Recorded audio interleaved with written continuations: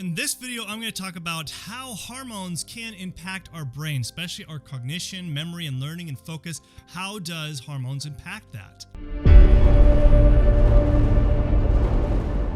One of the biggest things that I do with my patients and clients when they are coming to see me to have better focus, better attention, be able to improve their mind is we have to look at hormones.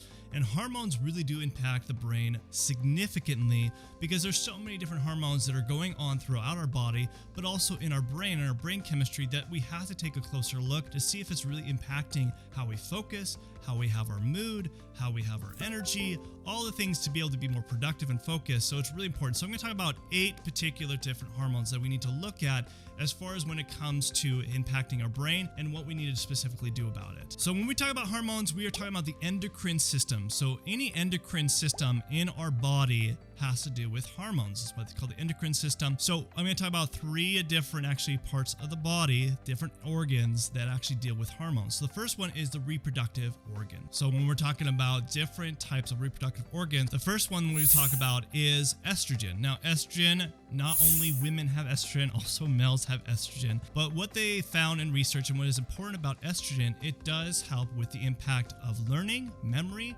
and also our mood stabilization. But it's also been shown in studies that it is a preventable measure if you have good stabilized estrogen levels to prevent from Alzheimer's as well as Parkinson's disease. Because estrogen is an important hormone for neurodevelopment. It is an important hormone that when we are developing new different neurons, that estrogen is an important type of hormone. And if you are imbalanced, if you have too low, it could be an issue. If you have too high, that can actually really unstable your mood and cause anxiety. It can cause different things that really impact your brain if it is unstable. Now, the second one is testosterone. Now, just like estrogen, testosterone also women have, not just men. And testosterone, when it is, especially when it's really low, both in women and also in males. And actually, I see it more of a problem with women that have issues with having low testosterone, especially as they get older.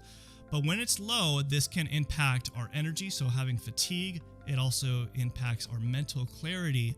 And then on top of that, it also can contribute to mood swings and depression, but also it can be an impact for mental acuity. So even our mental impact can be when we have low testosterone levels. The third hormone is in the reproductive organs is progesterone. And yes, again, males and females have both these. Progesterone is responsible in the central nervous system to help regulate and build for things such as cognition, neurogenesis, and does help with our mood and also the regeneration of nerves. So you can see how progesterone can be really important to have that balance. Now, if we are too low, it can really cause mood instability, as well as being too high can cause more things such as hot flashes, can cause such as imbalances with brain fog, different issues that especially more women will have this issue. Can have problems when they're too low or too high. Now, the second important organ is the thyroid. So looking at thyroid hormones is really critical, and that's kind of the fourth hormone that we have to talk about here. Now, I see a lot of different patients that have thyroid issues, specifically hypothyroid issues. And the thyroid is a very important organ that helps the brain functionality, because it does help with a lot of our cells. It helps with the energy of our cells, but more importantly, it also helps with the metabolism. So the metabolism and the energy throughout our cells. And if we have issues and imbalances in our thyroid, can cause really big issues such as having brain fog. Fatigue is a huge one. But even more importantly is our mental clarity. Because if our thyroid levels are too low or too high, can either cause us to be more anxious when they're too high and really can mess up our metabolism. But also even when thyroid numbers are too low, can be an also big issue with as far as just fatigue, not having that mental clarity, and these can be an impact on our brain significantly. Now, the third organ I want to talk about is the adrenals. The adrenals has 3 different types of hormones I want to talk about. So the fifth hormone is cortisol. You probably have heard about cortisol, but it is produced a lot in our adrenals, and that is another endocrine system. And cortisol has the responsibility really to help us have energy and focus clarity, because cortisol should be highest in the morning. It's what gets us up in the morning, and it should be the highest. But sometimes I see patients where their cortisol levels can really be low in the morning, and that's why you feel really fatigued and you don't have that mental clarity. And it really can impact the brain if you don't have good adequate levels of cortisol. but sometimes you can have spikes in at night when your cortisol level should be lowest at night, getting ready for bed. And if it's spiked at night, that can keep you up at night. So that's going to impact your sleep, could impact your brain quality, not getting good dreams, and therefore not having that focus and productivity you want for your brain. The sixth one, epinephrine, which is another thing that also the adrenals do actually release, but also it does impact our brain because it also is considered a neurotransmitter, because it is also a brain chemistry in our neurotransmitters as epinephrine. Now, epinephrine is responsible, or it's also known as adrenaline. So you've probably heard of the adrenaline rush, because what it's responsible for is increasing blood flow to the brain and also to our muscles so that we react quickly, so that we're quickly on our feet to be able to react to things, especially in very, pressing situations, stressful situations.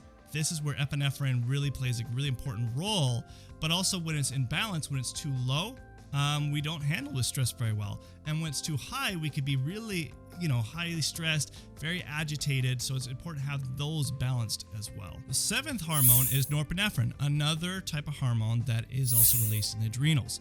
Now, norepinephrine has been usually that type of hormone that helps with arousal, alertness. It does help also with vigilance, enhances formation, and also is important for retrieval of memory, but also really does play an impact of helping improve our focus and attention. But when norepinephrine is out of balance, and this is a big one, especially if you have things such as depression or ADHD, they will look at norepinephrine and dopamine. So both norepinephrine and dopamine are important parts that have a lot to do with managing our attention span, our focus.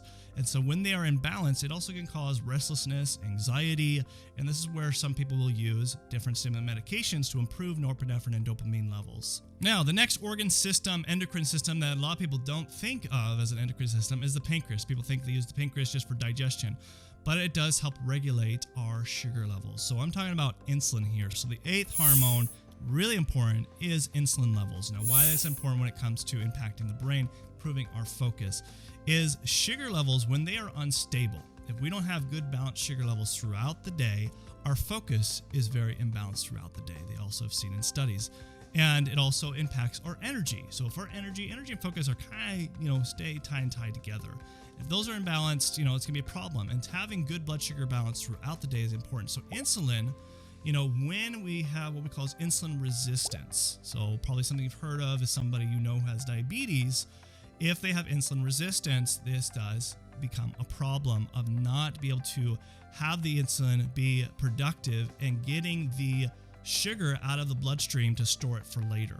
When that becomes a problem, we have high spiked blood sugar levels, and then we hit highs and lows in our blood sugar levels, and then of course causes impacts in our brain and how our brain utilizes sugar, because our brain really relies a lot on glucose.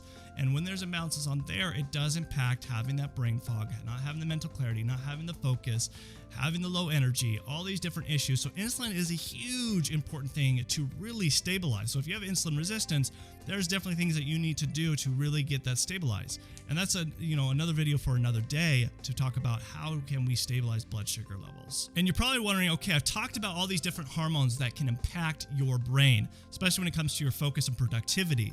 So you're wondering, okay, what can I take? What can I utilize? Well, check out this playlist right here, these videos right here, where I talk about the particular supplements that are important to take for the brain. So watch this video. I'll see you guys in the inside.